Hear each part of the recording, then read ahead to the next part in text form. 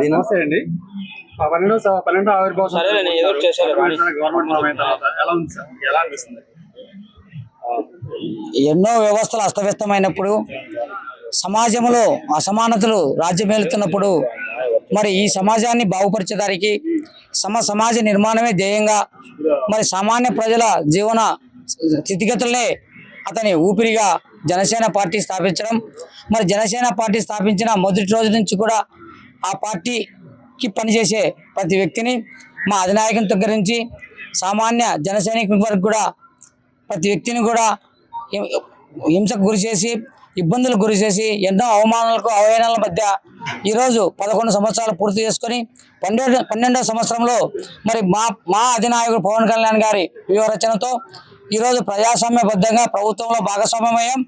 నిజంగా ఆయన చేసిన కృషి, ఆయన ఆలోచనకు తగ్గ జన సైనికులు 11 సంవత్సరాల సుదీర్ఘ ప్రయాణంలో ఈరోజు ప్రభుత్వంలో భాగస్వామ్యం అయినందుకు మాకందరికీ సంతోషంగా ఉంది.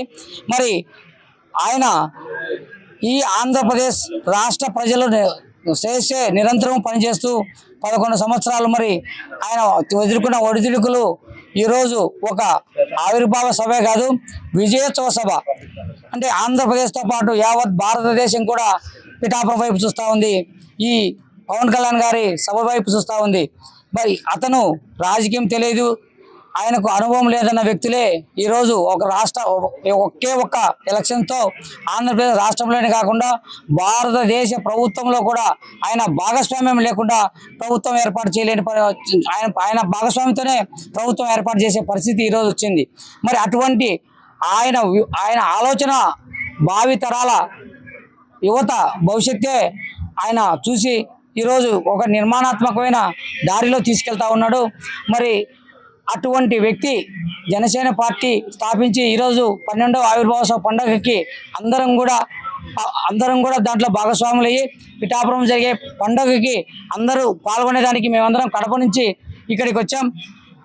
కడప పార్లమెంటు మా సమన్వయకర్త నాగేంద్ర గారి ఆధ్వర్యంలో మరి వందలాది వాహనాల్లో వేలాది మంది కూడా మేము ఇక్కడికి తరలి వచ్చాం.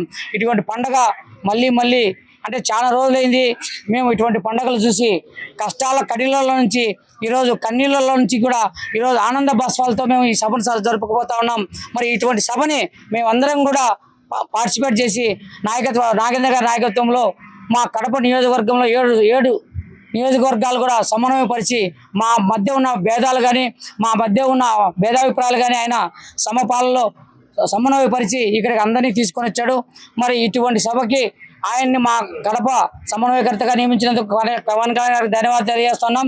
మరి ఈ సభ ఇప్పటి వరకు జనసేన ప్రస్థానం ఒక ఎత్తు అయితే, ఈ సభ తర్వాత జనసేన ప్రయాణం కానీ ప్రస్థానం కానీ ఆంధ్రప్రదేశ్తో పాటు భారతదేశ యువతకు ముందు చూపు జాగ్రత్తగా మరి ఈ సమాజ నిర్మాణం ఎంతో తగ్గువలేదు. పవన్ కళ్యాణ్ ఆధ్వర్యంలో ఇటువంటి వ్యవస్థలను సమన్వయపరిచే వ్యక్తిగా దేశంలోనే ఈరోజు కీర్తించబడే వ్యక్తిగా పవన్ కళ్యాణ్ గారు ఉన్నారు. సార్, ఇప్పుడు ఎమ్మెల్యే కోటాలో ఎమ్మెల్సీ కొండల నాగబాబు గారికి ఎమ్మెల్సీ వచ్చింది కదా, దాని మీద ఆయన 2008లో ప్రజారాజ్యం పెట్టినప్పటి నుంచి కూడా మరి ఆ రోజు చిరంజీవి గారికి వెన్నుదన్నుగా షాడోగా పనిచేశాడే కానీ ఏ రోజు పదవులు కానీ ఆర్భాటాలు కానీ చేసిన నాయకుడు కాదు. మరి పార్టీ మరి ఆ ప్రజారాజ్యం పార్టీ ఆ రోజు నిర్వీర్యమైనప్పుడు మరి ఆ పార్టీ నిలబెట్టుకునే పరిస్థితి అక్కడ ఉన్నప్పుడు మరి ఎన్నో ఇబ్బందులతో మళ్ళీ జనసేన పార్టీ స్థాపించినప్పుడు కూడా తమ్మునికి వెన్నుదన్నుగా ఒక జన సైనికుడిగా పనిచేశాడే కానీ ఏ రోజు అధికారం కోసం కానీ పదవి కోసం కానీ పాకులాడిన దాఖలాలు లేవు.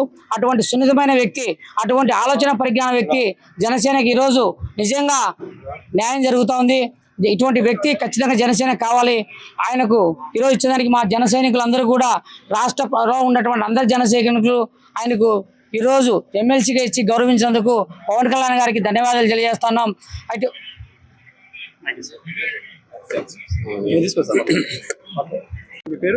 నా పేరు శివకుమార్, మాది పొద్దుటూరు నియోజకవర్గం.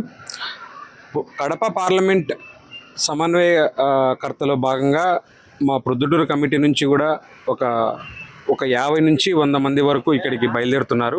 ఆల్రెడీ బస్సులు బయలుదేరినాయి. ఈ 12వ జనసేన పార్టీ ఆవిర్భావ దినోత్సవంలో పాల్గొనడం చాలా సంతోషంగా ఉంది. ఎందుకంటే ఎన్నో ఒడిదుడుకులు ఎదుర్కొని ఒక సుస్థిరమైన పాలన ఇవ్వాలి అనే ఆలోచనతో ఒక దృఢ సంకల్పంతో వచ్చిన వ్యక్తి మా పవన్ కళ్యాణ్ గారు. అటువంటి పవన్ కళ్యాణ్ గారి నాయకత్వాన్ని బలపరిచింది కాకుండా ఈడ బల ప్రదర్శన చేసి జన సంద్రోహంతో ఒక ఈ మధ్య జరిగిన ఒక కుంభమేళాలో జరిగిన సమూహంలా ఇది ఒకటి చిరస్థాయిగా నిలిచిపోతుందని మంచి అనే జన సైనికులుగా నేను భావిస్తూ ఉన్నాను. సార్, ఇప్పుడు మీరే అన్నారు ఎన్నో ఒడిదుడుకులను దాటుకొని దాదాపుగా 12 సంవత్సరాల తర్వాత ఇప్పుడు ఆవిర్భావ సభ జరుపుకుంటారు. ఆయన ఇప్పటికీ కూడా పవన్ కళ్యాణ్ గారు కొంతమందిని మాటలు అంటూనే ఉన్నారు, అవి ఆయన పడుతూనే ఉన్నారు. ఇంకా ఇలా ఎంతకాలం కొనసాగుతున్నారు? ఎప్పుడైనా మన చరిత్ర గురించి తెలుసుకుంటే చెడు అనేది చాలా త్వరగా వెళ్ళిపోతుంది, మంచి అనేది చాలా నెమ్మదిగా వెళ్తుంది. దానికి నిదర్శనమే ఇప్పుడు వచ్చిన ఈ ప్రభుత్వము, ఇప్పుడున్న సుస్థిర ప్రభుత్వం. ఎందుకంటే జగన్ గారు వాళ్ళ ఆలోచన, వాళ్ళ ప్రభుత్వము అటువంటిది కాదు, ప్రజలకు మేలు చేసేది కాదనేది ఎంత చెప్పినా అప్పుడు ప్రజలు కానీ అప్పుడు ఆలోచన కానీ చెడు కాబట్టి త్వరగా నమ్మగలిగినారు. మంచిని తెలుసుకోవడానికి కొంచెం లేట్ అయినా కూడా ఇంత 100 స్ట్రైక్ రేట్తో 21కి 21 2 పార్లమెంటు స్థానాల్లో 100% స్ట్రైక్ రేట్తో నిజం అనేది కొంచెం నెమ్మదిగా తెలిసినా కూడా కొంచెం ప్రజల్లోకి చాలా సుస్థిరంగా ఉంటుందనేది నా భావన. నమస్తే సార్. మొట్టమొదటిసారి గవర్నమెంట్ ఫామ్ చేసిన తర్వాత 12వ ఆవిర్భావ సభ జరుపుకుంటున్నారు. ఎలా ఉంది సార్ ఏర్పాట్లు? ఎలా ఇది మొన్న జరిగినటువంటి మరి దేశంలోనే ప్రపంచంలోనే ఎంతో గొప్ప జనసమూహం చెప్పుకునేటటువంటి మహాకుంభమేళా జరిగింది దేశంలో, యూపీలో.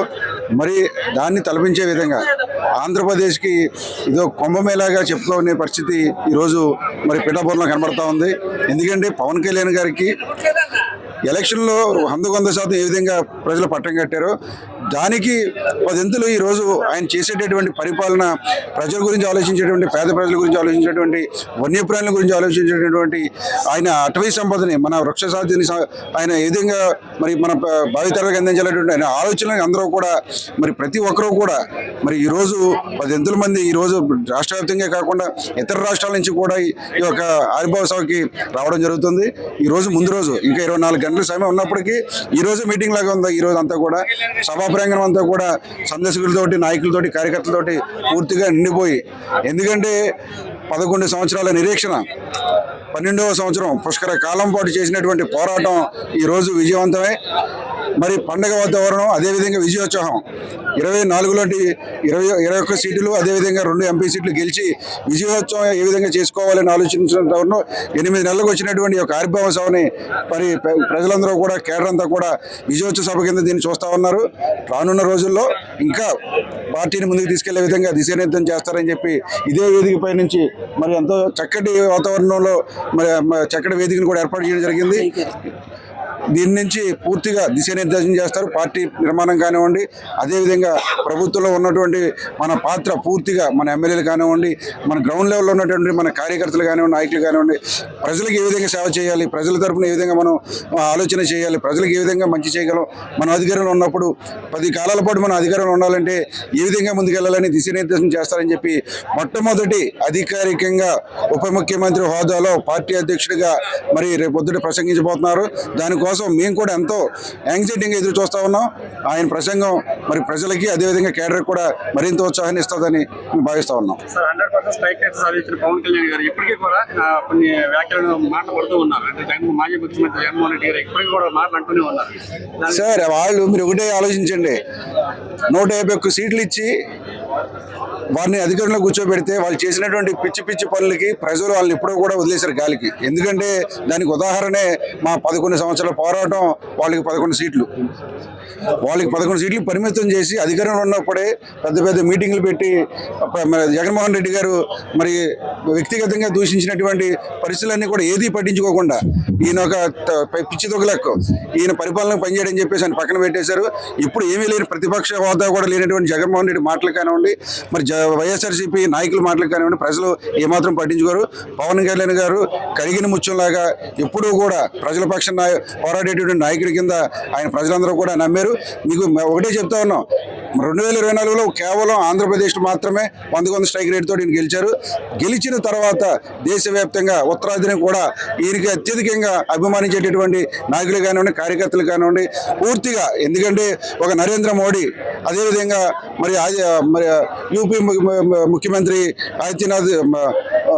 యోగి ఆదిత్యనాథ్ గారు కానివ్వండి, వీరికి ఎటువంటి దేశంలో ఫాలోయింగ్ ఉందో వారితో పాటు సమానంగా తగ్గుకున్నటువంటి ఫాలోయింగ్ సంపాదించుకున్నటువంటి నాయకుడు మన పవన్ కళ్యాణ్ గారు. ఇప్పటికైనా జగన్మోహన్ రెడ్డి గారు అలా వ్యాఖ్యానించడానికి మానుకుంటారు అనుకుంటున్నారా? ఇదే కంటిన్యూ చేస్తారా?